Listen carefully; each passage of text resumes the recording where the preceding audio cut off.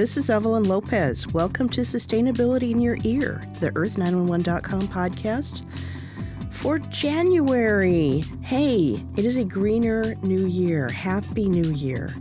Happy New Year, everybody. Happy New Year. Happy New Year. Let's talk about making 2020 the year of a greener you and a greener me. Our topics today, we're going to touch on minimalist lifestyles, eco trends for 2020, and some interesting information about solar panels and electric vehicles. So welcome. We have Mitch Ratcliffe, our Earth911 publisher. Mitch, where are you and how are you doing today? I'm doing great. I'm in Lakewood, Washington, where it is cloudy and might even snow. Snow. And Sarah, one of our Earth911 writers, where are you today and how are you doing? I am in beautiful Mid-Coast Maine, and I'm doing well. Thanks, Evelyn. Good. What's the weather like in Maine today? It's kind of cold and dreary, and it's precipitating this kind of sleet, hail type mixture. Man, we are precipitating. We are across the country and having the same day. I am in the beautiful but gray and chilly Moonyard studios today, and we're hovering between rain and snow and expecting snow on the weekend. And for us in Western Washington, that's just a disaster. So we'll see how it goes. Speak for yourself. Some of us can handle it. Well, I can manage fine if I go very slowly, but the people behind me don't appreciate that approach. No, it's the people around us that always have a problem. Yeah. All right. Well, let's start off by talking about this minimalist lifestyle. Mitch, tell me about this. Yeah, so we had a story on Christmas Day from Liz Green about how a minimalist lifestyle can add to your green efforts. And on the one hand, it's an explanation of what minimalism is. Mm-hmm. And she talks about our consumer society and this notion that we have of perceived obsolescence. Stuff may work perfectly fine, but it's not as cool anymore. Mm-hmm. You see that in phones, you see that in cars, all sorts of things. And we're used to that. 100 years of our behavior has been conditioned around this notion of always upgrading. But minimalism is about finding the stuff that works and the stuff that's essential to your life and focusing on doing that. Mm-hmm. And so I think one of the things to take away from the article is not so much that minimalism is giving up the benefits of modern life, but it's choosing the benefits that you really want to focus on and making sure that the rest of your life allows you to do the things that you want to do. So it's a great start to a conversation about how we can reduce our carbon output, but also how we can start to save more money because we spend less on a lot of junk. Yeah, I think this is a very good, thought-provoking article to start the year with. I have always thought of minimalism as kind of the Zen, a single blade of grass on a single plain white tabletop or something. But the article makes clear, no, it's not really. I mean, you can have your clutter, you can have your favorite things around you. It's more about trying to resist the allure of the buy lifestyle, because that kind of clutter, it not only will it weigh you down economically, but it kind of causes you then to be disposing of things constantly and feeling like you're on a real, hamster wheel of life. Well, and the hamster wheel of life, that's our thing these days. Yeah, I think having a lot of things changes our mental perspective, because then we need to spend so much time kind of organizing them and cleaning them and storing them and maintaining them. And for people that really value experiences as opposed to stuff, it can be a real drain from what we care about most. Mm-hmm. Well, and the experience that we've conditioned ourselves to is taking care of and upgrading rather than preserving the things that we want to keep. And that, is the big change that we have to bring about in the society that we live in. It's not that we're telling people to stop doing stuff. It's that they should stop wasting their time, their money, and their effort around stuff that doesn't contribute to a better life for them and the world. So, we'll get comments on articles about minimalism that, you're saying we have to go back to the Stone Ages, but that's not at all what we're saying. Is that it is our life is pretty overwhelmingly luxurious right now, in the sense that we drown ourselves in stuff, but stuff is killing us, and that's what we have to make choices about. Well, and I think the thing about going back to the Stone Age too is that, actually one of the reasons that we can contemplate this now is that you are able to live a very high quality of life without as much of the things that you would have needed at one point in time. I mean, you don't have to go out and hunt for your food every single day. So, and technology simply helps you, I think, get by with even less. But, to me, this kind of fits in with the Marie Kondo getting rid of things that don't bring you joy. Yeah. And other efforts. And what I think we're seeing is, I'm certainly feeling is this overwhelming sense of sort of stress and anxiety in your life for various reasons. And what can you do to try to either minimize or clear out the things that are causing you the additional stress and focus on the things that actually bring you enjoyment or gratification, make you feel like you've accomplished something. And I've been doing a lot of this in my, sort of political activity life of realizing just how many meetings and events are just horrible and dreadful and how I hate them so much. And it's like, why am I spending my time on things that I really, really dislike? I mean, where does the sense of obligation come from where I have to keep doing things when I'm not really enjoying it? It's the sense of keeping up with the Joneses is the way we used to describe this. But now we have to keep up with everybody. But I think there's also like a sense of you feel responsible for a lot of things and it just kind of weighs on you. So I'm all for this. I'm all for trying to figure out how to find the things that actually bring you enjoyment and satisfaction. So what are the things that you guys are doing to minimize your life this year? One thing I do is I'll set self-imposed limitations on things. Like, for example, I was looking at my son's bookshelf yesterday and he only reads a certain amount. So, the kid only needs so many books. So I was looking at his bookshelf and it was chock full of books. And I was thinking, I'll just buy another bookshelf, so instead. And then I kind of questioned that and thought, or we could just go through and get rid of the things like you were saying, Evelyn, that don't give us joy or that we feel done with or that, so I think that's a great practice. It's just kind of, instead of just kind of always growing and having more stuff, looking and really finding where we can keep things in that sweet spot of having a few good books and not having just a shelf full of clutter. Yeah, for me, it's more time, my time commitments, trying to manage them so that I'm enjoying the time that I'm spending with other people, or I'm making even more time to spend at home with my husband and with our dogs. So I think for me, it's more of a time management effort this year. But I will say this. We are kind of borderline hoarders in terms of stuff. And we have, not speaking out of school, but my husband collects old cameras and old hi-fi systems and records and CDs and reel-to-reel tapes. And our house is literally, we are literally full. Anything else?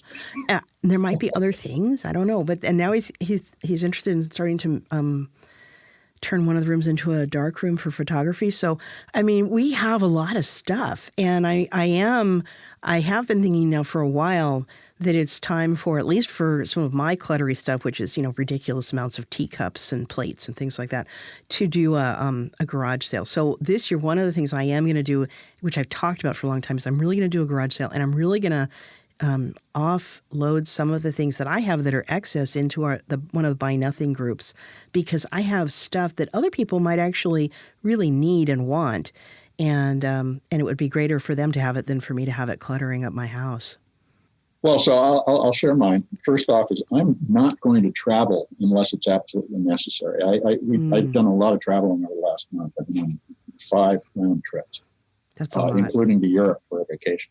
That's a lot. It was too much travel, and since even a trip from Los Angeles to New York on an airline accounts for roughly 3.5 months of my regular carbon output. I have to be very judicious about when I travel. So it does 2 things for me. It gives me more time back. I'm not spending time going to the airport, getting on the plane, staying in a hotel with nothing to do because I have 1 or 2 meetings. I'm doing virtual. And then another is I'm going to reduce stuff. And this goes to the bookshelf. I still have books from when I was your son's age. So I have to get rid of some of them. And starting to pare that down also prepares us to think about how our whole house can be reconfigured or sold, and we can move somewhere smaller. So that's a big step for me.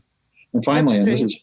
this is my big one. This is my addiction. Is I love new technology, but I'm going to skip an upgrade cycle this year. So I'm not going to get the first new phone that comes out. I'm not going to get the first new computer that comes out, because now I buy them and then end up passing them along, giving them to charity, or sometimes selling them on eBay. Mm-hmm. And while that's all good and it keeps the stuff in circulation and in use, I don't think it helps to buy the new stuff just because it's the newest stuff. Yeah, I hear you on that, Mitch. I really liked what you said about traveling, because I think a lot of us, I think you and I definitely fall in this category, live in beautiful places. Yeah. So there's so many wonderful day trips that we could go on, with a very minimal amount of travel. Like I'm just stunned at all the places within 10 miles of my house. Yeah, I can do more within 10 miles of my house than I'll ever get in any other city that I visit. Mm-hmm. So it's not giving up like a rich quality of life. It's just kind of shifting the emphasis. And that's what this is all about. Minimalism is about choosing what matters. So here we are. Very good. I think another thing too is just looking at what we can buy used and what, kind of needs to be used or new, or what we really value as being new. But I think a lot of times there are many things that we can buy used, and that really reduces our impact too. Yeah, and I think that's kind of fun too. I mean, I like the challenge of seeing if I can find things at the we've got an architectural salvage yard in Tacoma that I will go checking out for things, and or going to the thrift stores. I enjoy that challenge, see if I can find something that is appropriate that's used before I buy something new.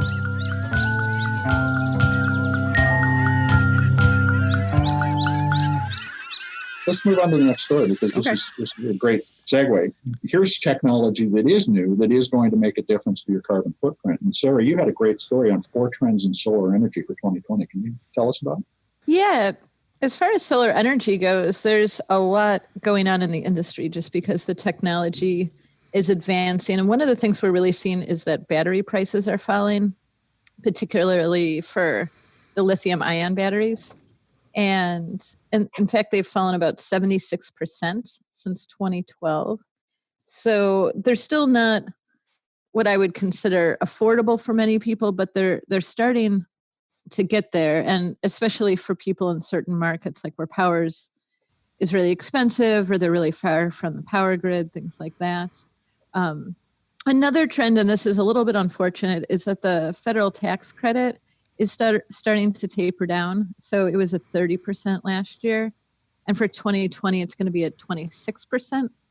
But it's actually going to be at 22% next year. So if you're going by just the tax credit, 2020 is a better year to go solar than future years. And another interesting trend is that the demand for solar with storage is increasing. As I mentioned, the prices of batteries are falling, but also the grid in many areas is becoming less reliable. Like in California, there were intentional power outages to prevent wildfires. So that's something that we're seeing.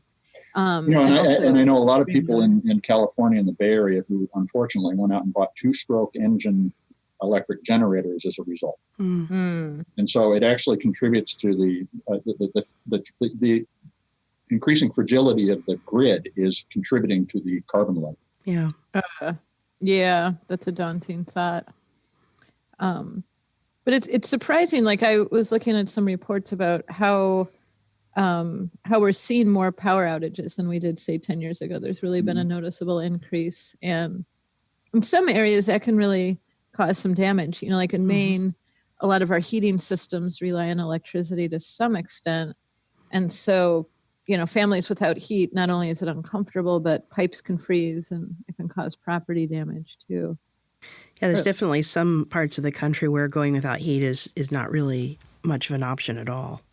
Yeah, pretty much. And some people have wood heat, or they have gas heat that doesn't use electricity at all. But many people have heating systems that maybe have a blower or something that runs off of electricity. And you're right, when it's 0 degrees out, it's really not very optional. Then many people end up having to go to a family member's home or a hotel. Mm-hmm. Yeah. Yeah, it's interesting too, because the CO2 numbers for the United States came out in the last couple of weeks, and one of the reasons that it's continued to rise is people have, although they are switching away from coal as a source of electric generation, many of them are starting to use natural gas at home to heat, and that is still contributing to more CO2. Well, I think we have a real problem with natural gas. It's got this perception that it's clean and a great alternative. I mean, I can remember growing up in Southern California, it was sort of, this is the clean fuel and everyone should have natural gas. And now, we know more about the methane that's produced with natural gas and how damaging it is to the environment. It's just sort of fracking can really contaminate groundwater too, and even possibly cause earthquakes, which is a scary concept. Yeah, I was in the Netherlands at Christmas time, and the fracking issue is so severe in northern Holland that they are seeing earthquakes as a result of it, and now trying to figure out how to regulate fracking. Wow. Oh, wow. That is a daunting thought. Well, but and you've used that phrase a couple of times, but that's the trade-off questions that we were talking about with minimalism. What's important? Certainly, being warm is important, but how do we make these trade-offs in such a way that you stay warm, you live comfortably, and reduce your impact on the planet? Well, one of the things I would like to see, especially if prices are coming down, is some more efforts to get solar options out into low-income households, because right now it's kind of only the people who have a certain level of wealth are really able to contemplate changing their entire heating system over to solar and putting in solar power, and that is just going to kind of increase our income divide in this country. If those with resources can have access to a power that isn't going to be shut off on a monthly basis, and those who don't have those resources are just increasingly, subject to the whims of, large energy producers. Well, and so the flip side of all of this is the increased sales in electric vehicles, which does promise to really reduce CO2, but right now is largely limited to people who have the money to make the change. Along the lines of what you were saying too, Evelyn, it's a lot harder for people in apartments and condos to take advantage of solar power. It's a lot easier, with owner-occupied single-family homes, for example. So that's another big hurdle, and that leaves out a lot of the population, especially low to moderate segments of the population. Yeah, and a few years ago there was some discussion, I know here in Tacoma as well, about, whether you could create some kind of a fund that would allow some either low interest borrowing or some grants or something for people to switch over to solar, but nothing really happened to it. So we'll see. But if costs come down, then I hope that we can sort of see a bit of a revival in that effort too. I think community solar has a lot of potential to involve a lot more people in the solar energy movement, because the solar panels are located off-site. So it doesn't matter if you have a shaded roof, if you live in an apartment, if you live in a condo. So it really helps take away some of those hurdles that in many cases are related to socioeconomic factors. I agree. Well, let's skip around a little bit on the stories we wanted to cover today, because, Sarah, I think it would be good if we talked about charging your electric vehicle at home, since it kind of segues nicely from, putting solar power into your house, and now you've bought an electric vehicle. And so what options do you have?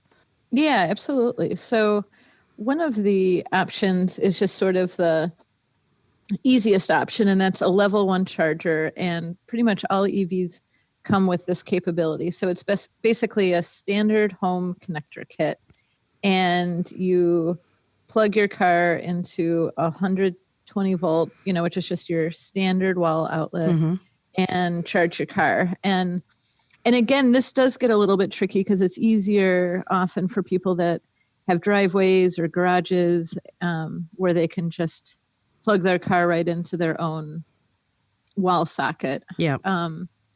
Another option is using a level 2 charger. And so this is faster. So just by comparison, like a level 1 charger, it depends on the vehicle, but it often takes like somewhere in the neighborhood of about 8 hours. 8 to 12. Yeah. But the benefit is it plugs right into the wall. A level 2 charger, though, runs off of 240 volt currents.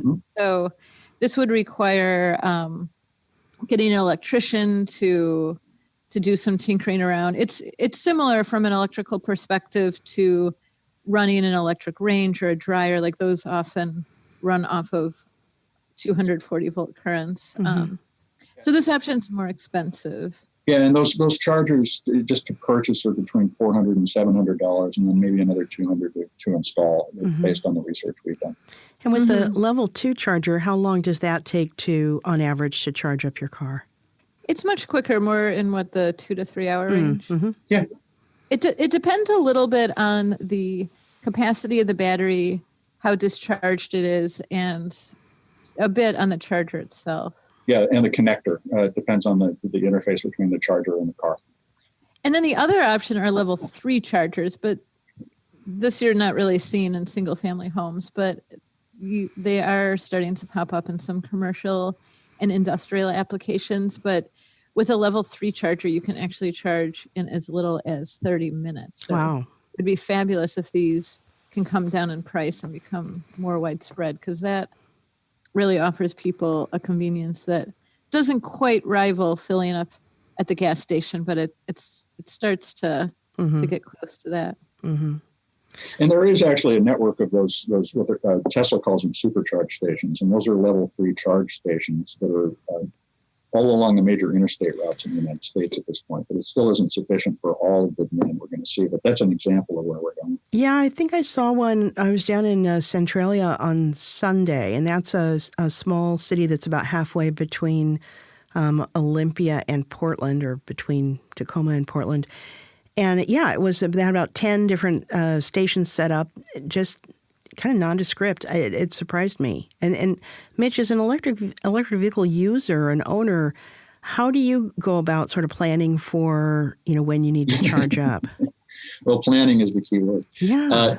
So, because I drive a commute once a week that is about 45, 49 miles each way. And with my BMW i3, which has an electric range of about 62 miles, I have to be sure that I'm going to get there in a timely manner. I have a range extender with there's a little 2-stroke engine in it that will come on when to generate additional power. But I have to be very careful about that planning.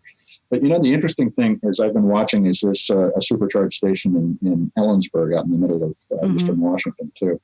What's starting to happen around those is interesting. The way you travel is going to change. So you might stop for a half hour to charge up at one of these supercharge stations, but what do?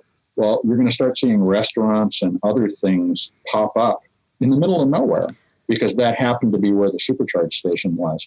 And this is an interesting way to look at the opportunity to make money. If you're thinking about putting charging stations in, you should be also thinking about how you make money on food or other services that you could deliver while you're waiting for your car to charge. And that explains a question I had. I saw that in Centralia, the little charging station was right next to the outlet malls, and I thought, well, that's a weird place to put a charging station. And yet, maybe it's a brilliant place to put a charging station. Right, but and it embraces the old model of go buy some stuff while you're killing time. It's a bad thing, but maybe if you spent that half hour eating well, that would be a good thing. Well, and there's a nice restaurant nearby too, so maybe that's what people do with their half hour. Oh, interesting. Well, what do you have a level 2 charger at home, Mitch, or are you comfortable with the 8 hours or whatever when you need to charge up? I find that I can get by on a level 1 charger. You just plug it in when you get home. I've looked at buying one, and then, in fact, my brother has a level 2 charger in his home for an i3 as well. And it is really cool to be able to plug it in and go drive as much as you want a couple hours later or an hour later. But it's still, to me, one step further than I currently need to go. Yeah. It's also really helpful when people can charge at work, depending on their commute. But a lot of times if people can drive to work, charge, then they have a greater range than after work. Well, it's interesting. I've noticed that charging stations, particularly available through ChargePoint, that used to be free are now converting to paid. So when I do go to that office once a week, end up paying both for the parking space and for the electricity, where I used to just pay for the parking space and get the electricity for free. So it's added about $8 to the cost of my commute.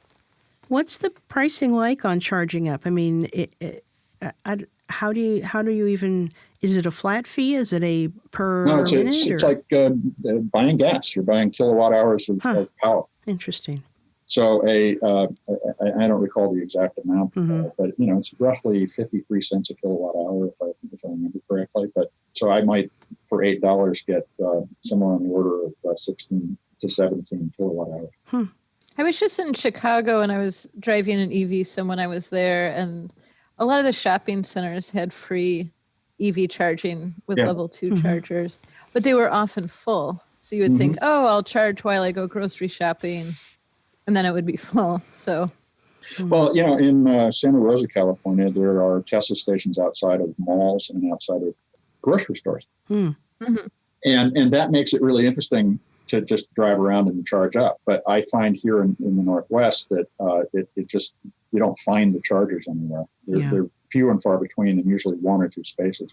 But I also note that when I was in The Hague in December, in the Netherlands, these chargers are available free on the street too.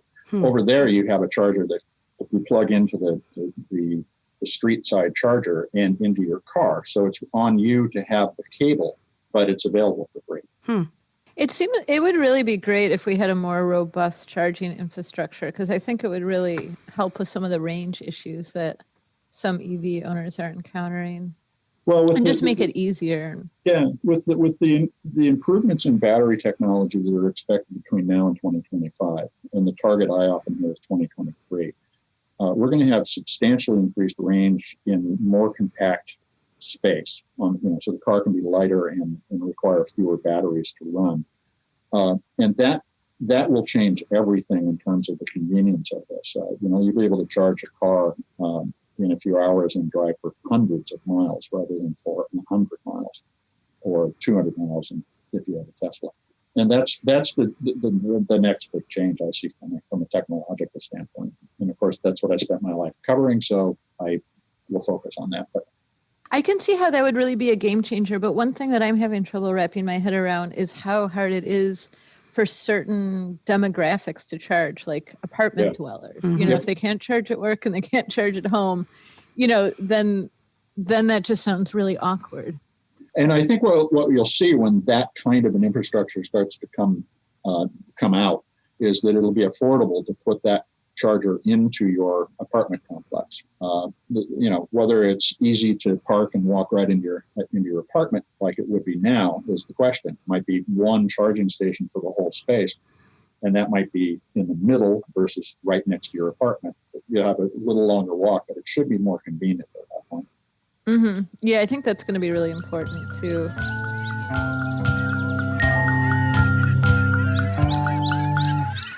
This is all about convenience, and I think that also is a great transition to the question of what are the big trends we see coming.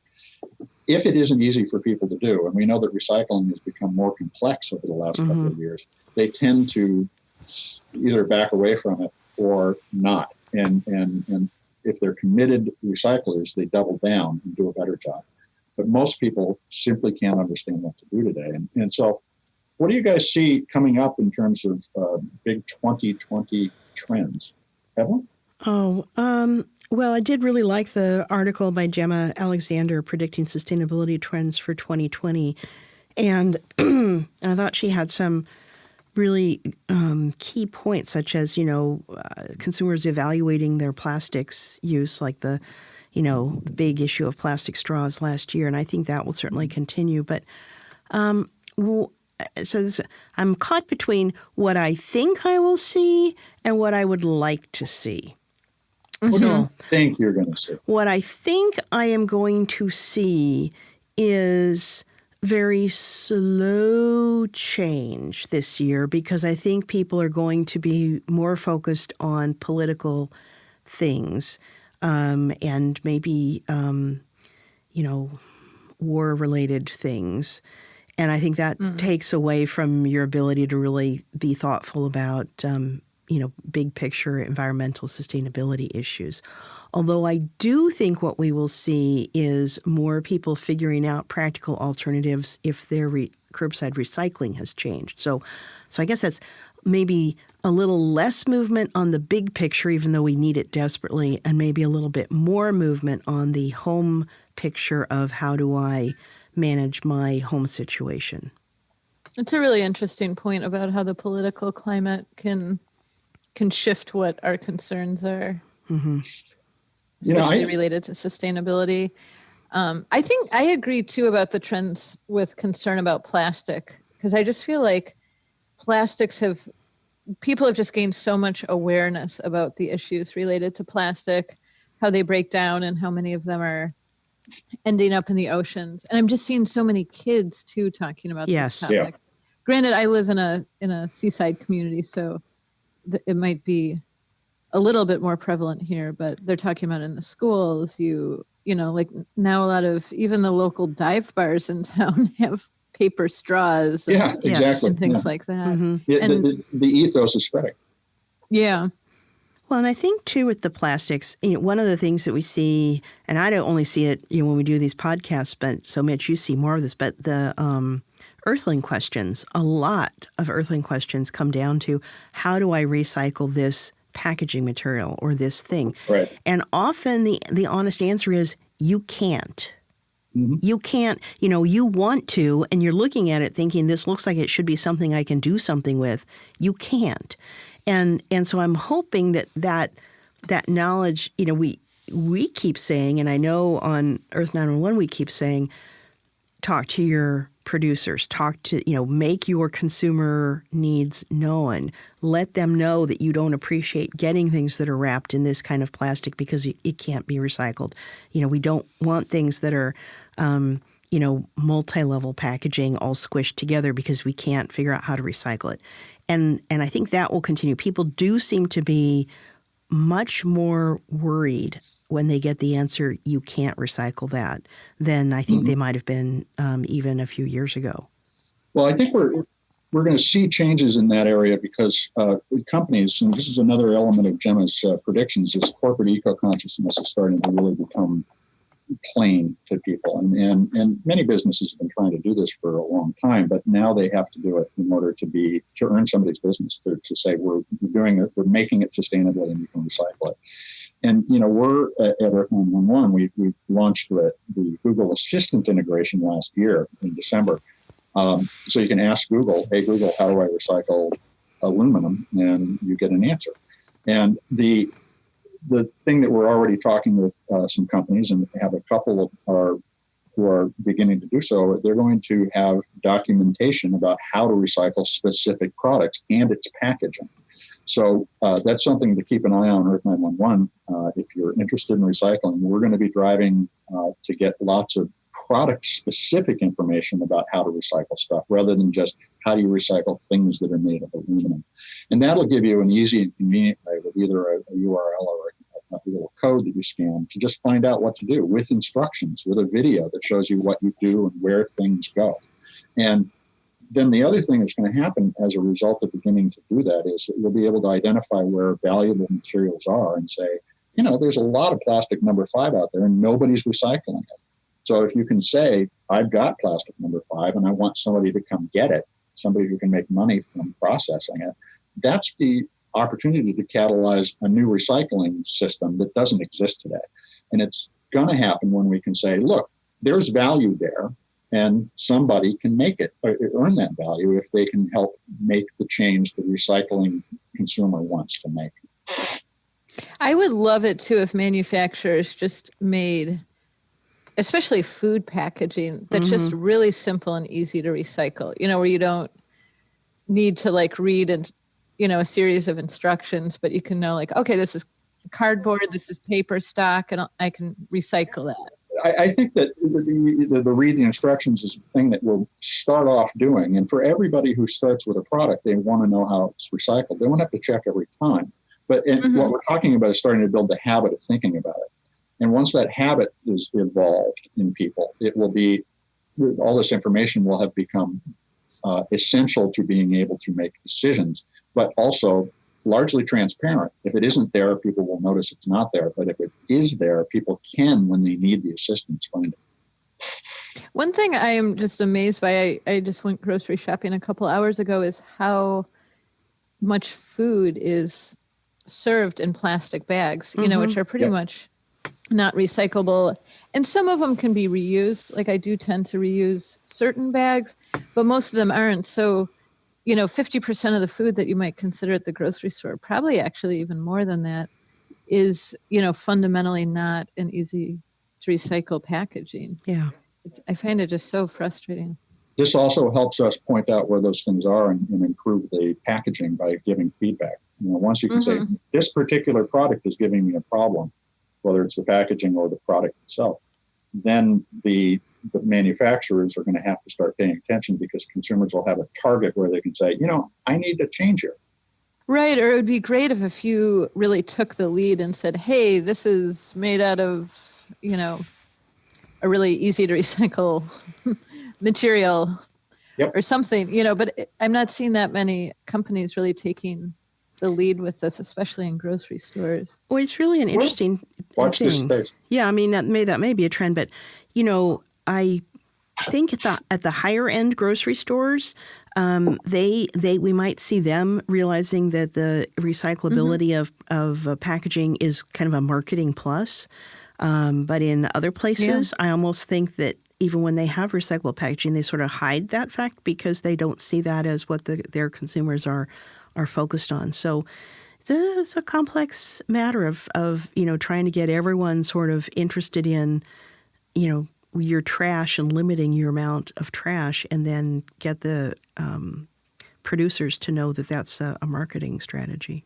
Well, and there'll be value in doing that in some ways. We'll find ways to compensate people for their participation in the circular economy. Well, I think that would help. Yeah, that would help. I think to-go boxes have come a long way in many restaurants. Like, more and more, I'm seeing less and less styrofoam and more just kind of simple unbleached paper boxes and things like that. Yeah. Or recyclable plastic. Yeah, I agree. One other trend that was on this list that I thought was interesting was the meatless going mainstream. Now, I have to admit, I have not tried the Impossible Burger or Beyond Burgers, but I have noticed that there are commercials out now. I think the commercial I saw was Burger King was going out. The commercial is going out to a construction site and asking the construction workers if they are willing to take the Impossible Burger challenge. Yep. And and I think that kind of that is an intriguing approach to it, because I don't think people really necessarily are that interested in the believe me, it tastes like meat. I mean, I think it sort of becomes kind of interesting if there's an idea that you might not even be able to tell the difference. Yeah, and we did the Whopper comparison, the meat Whopper and the Impossible Whopper, just before Christmas. And what did you think? We thought that they were virtually indistinguishable. The only difference in my mind was the Impossible Burger texture is a little different than beef. Yeah. Oh, interesting. And by the way, this week at the Consumer Electronics Show in Las Vegas, Impossible introduced its pork variant. So now there will be pork. Fake and I understand it tastes just like pork. Wow. That is interesting. Yeah, I mean, this is sort of a very intriguing. I actually am perfectly happy eating vegetarian options too, so I haven't been as concerned with this. But even just having a certain percentage switching over to meatless options is a significant change for the industry. It can radically reduce the carbon footprint of the industry. Yeah.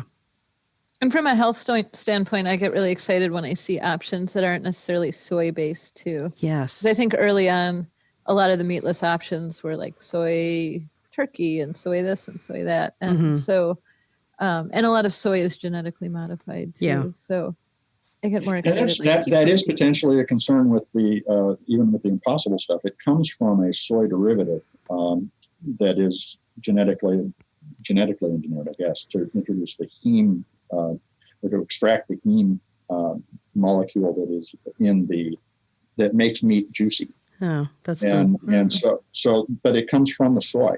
Oh, that's interesting. Then the question is, where did the soy come from?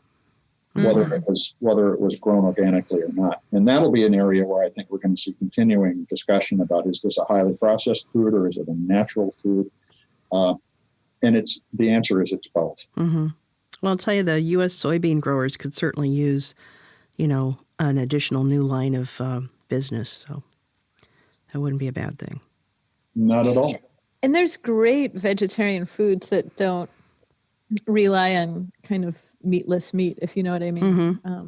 Like there's a lot of really delicious things you can make just out of whole foods and things from your local farmer's market. It's interesting. We eat, that was one of our resolutions last year, was to try to eat one vegetarian, maybe even vegan meal a week. And we sort of surpassed that. And it was very easy to do. But it's interesting. There are a lot of people who really feel that eating meat is like the only meal option there is. There was a comment this week on, I think, Twitter. Someone had tweeted out the dishes that were being served to people at the award show, and I think it was the Golden Globes, and it was a vegetable puree soup, like a butternut squash soup that looked beautiful, and then some sort of vegetable and I think scallop dish. And the outrage was, give me a steak. And I thought, you're crazy. I mean, that food looks fantastic. And is far more in line with what the vast majority of your people attending this event are likely to want to eat than a big, slab of meat. Yeah, I think the meatless products often, the meatless burger often appeals to people that are kind of in the habit of like, oh, well, I want a burger for dinner. Okay, here's an alternative. But there's, in a lot of cuisines from other parts of the world, say Ethiopian or Thai cuisine, or, a lot of them tend to be less meat heavy. And so they have these wonderful dishes that are made out of lentils or rice or things like that. And if a lot of like Asian food, for example, if there is meat, it'll just be like a small percentage of it. Right. And it's, it adds a little bit of texture and flavor, a little protein, but that can be done other ways. So I think to some extent it's kind of a Western phenomenon of having like steak or those kinds of things. Well, not that it's unique to here, but this also goes back to the political environment we were talking about earlier too. And there's different perspectives on what, good food is. I think the thing that isn't in Gemma's article, and it's because it really only came fully into focus over the holiday right after this article was prepared, and that is in Australia, where we're seeing the most catastrophic fires in history. Americans are finally seeing people who look and who are economically like them displaced by climate change, rather than some indigenous tribe not being able to continue to live in the rainforest, or in the case, the first American displaced by rising seas was Native American in southern Louisiana. And that's happening in Alaska as well to the Inuit. Now it's people who are just like Middle America. And 30% of Australia is on fire, and they're seeing people driven not just to the beaches, but into the sea to survive. And that, I think, is going to change the way people think about the impact of climate change. And so discussions about food or battery technology or any of these things are going to be modulated by a different perspective that includes, visions of people literally driven from their homes by the consequences of carbon. Well, I hope so. I mean, that would be one somewhat positive thing coming out of that disaster.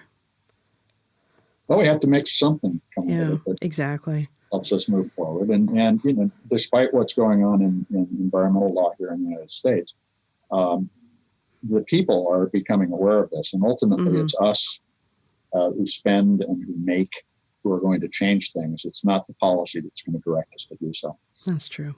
Well, I think that was a great coverage of the year. Yes, a very good start. A very good start of the year. Well, what else do we need to cover before we talk about Earthling Questions? You had an interview recently, didn't you, Mitch? Yeah, we had an interview with Steve Nygren, who's the founder of Serenbe, which is a planned green community in outside of Atlanta in Georgia.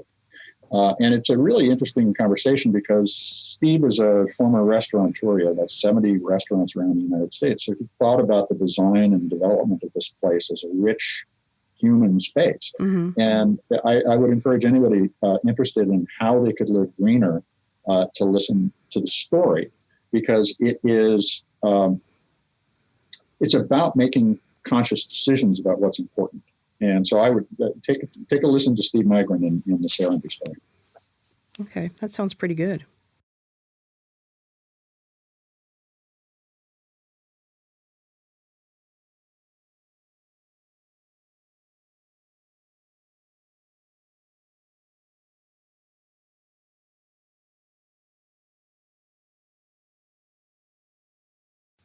Well, let's turn now to our Earthling questions. And this is sort of what I was thinking about when I was thinking we get so many questions now about recycling hard things. So Chris in Knoxville asks, please help.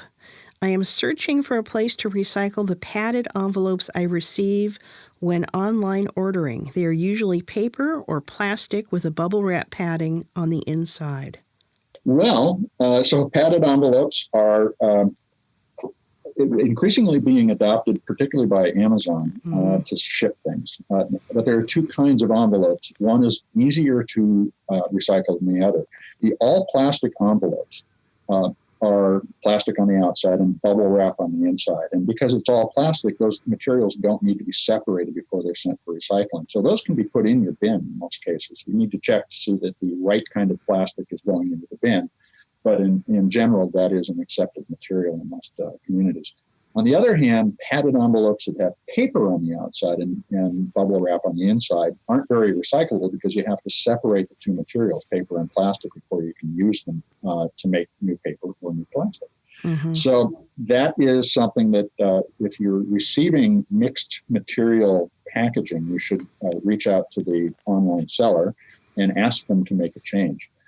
Certainly, the other thing that's happening with those envelopes is that they're being designed to be reused. So you might be able to take a look and find out whether you can reuse that bag after you get it. They have a literal little tearaway that opens a new seal and lets you fold it over and seal the bag for reuse. So you might be able to get another use out of it before you throw it away, and that's another win.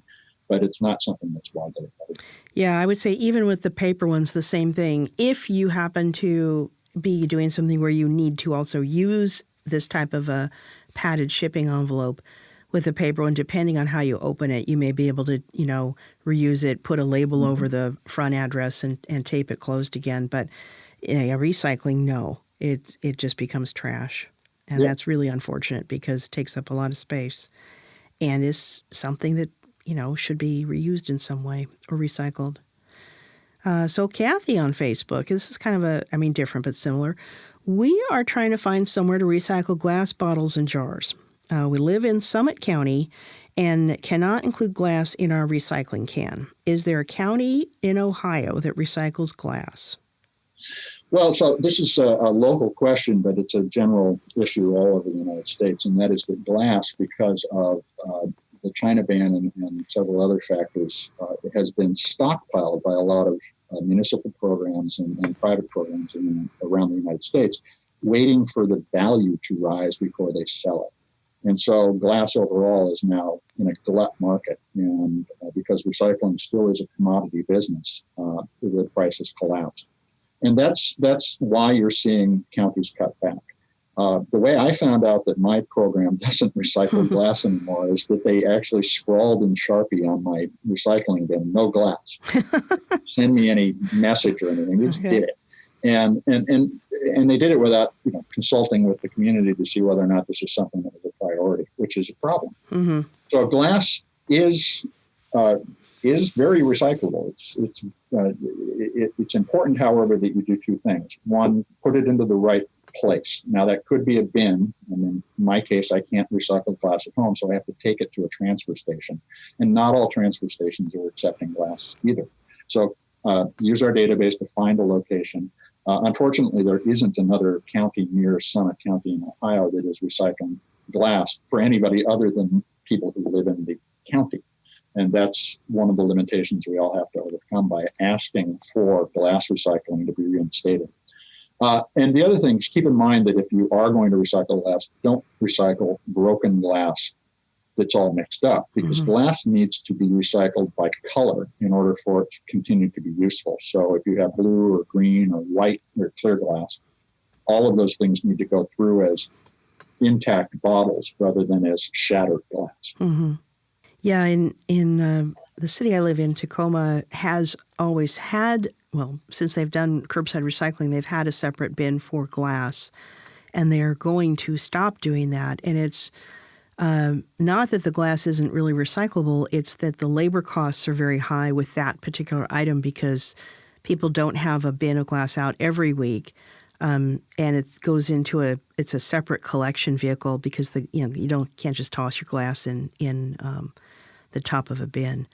Yeah. We did one of the things we did provide was a link to the Ohio mail-in program. So there's Teddy Bear Brigade, which is a national program, and there's also a tri-county recycling program that might take that stuff as well. Yeah, take the glass.